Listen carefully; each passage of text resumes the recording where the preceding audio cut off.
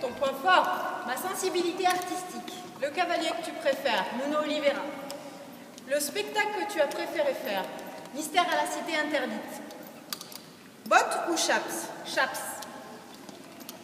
La discipline que tu préfères après le spectacle, l'équitation ibérique de travail. Pourquoi avoir choisi le musée du cheval pour le cadre extraordinaire?